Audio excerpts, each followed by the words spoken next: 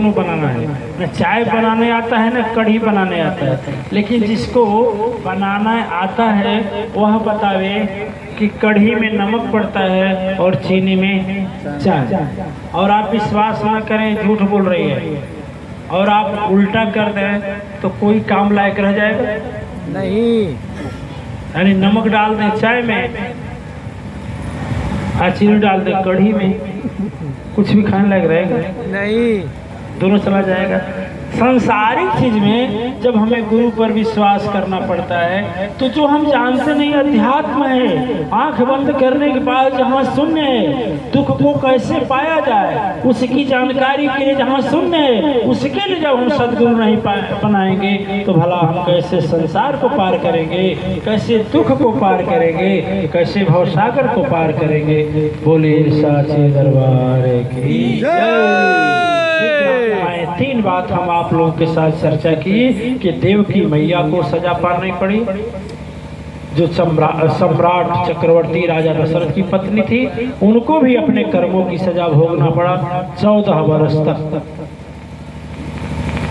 यदि भगवान राम को भोगना पड़ा, धन के पीछे भगवान सोने का मृगा नहीं होता है, इन भगवान इसलिए भागे कि देखो जब हम सोने की मृगा के पीछे दौड़ रहे हैं और मेरी यह गति हो रही है तो तू दौड़ेगा तो नहीं होगा, इसलिए सोने के ऊपर नहीं स्वास्थ्य के ऊपर दौड़।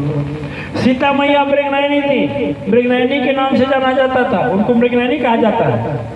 भगवान बोले भी हैं, हे खग हे मृग मधुकर श्रेणी, हे खग हे मृग मधुकर श्रेणी, तुम देखहि सीता मृगनयनी। मृगा की दृष्टि थी मैया का, लेकिन देखो वो भी दृष्टि नहीं पहचान पाए और नकली को राक्षस भेष बनाकर गया था ना, राक्षसे में था मारीच, लेकिन भेष बदल करके गया था और राक्षस बनकर गया था। मैया भी नहीं पहचान पाई, वहां नहीं पहचान पाई राक्षस को। अभी देखिए रावण जो तपस्वी बनकर आ रहा है उसको भी नहीं पहचान पाई कि क्या है, राक्षस है साधु।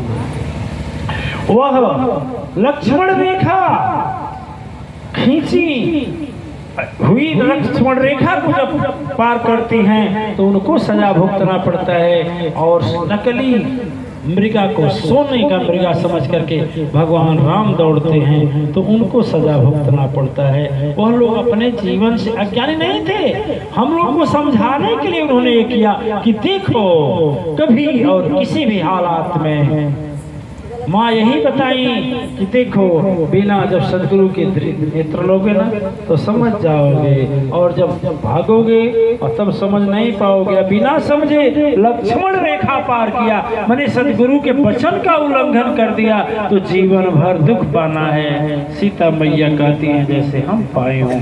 दिव्यात्माएं यह बात नोट करिए, करनी यदि अच्छा नहीं करेंगे तो दुष्कर्म अपने आप होगा।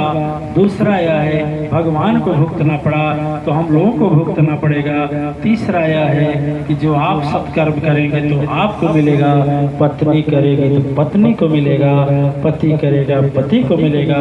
और सबसे बड़ी बोल बात कि सब कुछ के बाद यदि सदगुरु नहीं बनाए हैं तो बिना सदगुरु भवसागर, गुरु बिनु भव निधि तरहि न कोई, जो बिरंचि शंकर सम होई। बिरंचि मने ब्रह्मा और शंकर मने शंकर, जो ब्रह्मा और शंकर के समान है ना, उतनी बड़ी तपस्या रखता हो, उतना बड़ा सामर्थ्य रखता हो, ब्रह्मास्त्र रखता हो, संसार को नाश करने वाला त्रिशूल रखता हो, हलाहल विष पीने का सामर्थ्यता रखता हो, तीनों लोक में हाहाकार मचाने की शक्ति रखता हो, इतन इसके समान हो उसका भी उद्धार भव गुरु बिनु भव निधि तरनतार नहीं होता।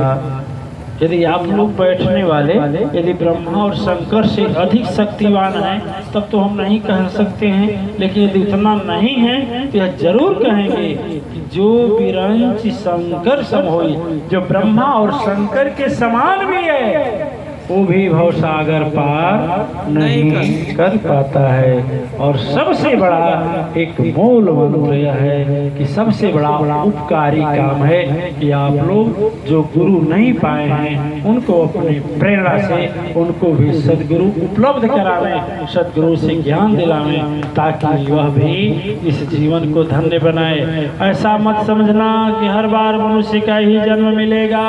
अरे शास्त्र तक यहाँ तक कहते हैं कि 1,83,99,999 बार जन्मना पड़ता है और उतना ही बार मरना पड़ता है। तो